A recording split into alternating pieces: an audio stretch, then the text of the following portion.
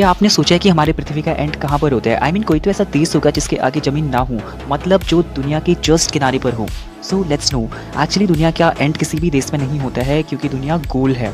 But earth के northern यानी उत्तरी देशों में नॉर्वे देश को आखिरी देश माना जाता है क्योंकि इसके आगे केवल समुद्र और बर्फ ही बर्फ है। नॉर्वे को दुनिया का सबसे खूबसूरत देशों में से एक देश माना जाता है, लेकिन सभी के लिए इस देश में रहना पॉसिबल नहीं है।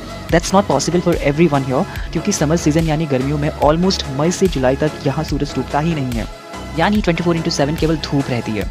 और सर्दियों में नवंबर से जनवरी तक नॉर्वे की कुछ जगहों में सूरज दूर दूर तक दिखता ही नहीं है। That means there is only darkness almost for 3 months.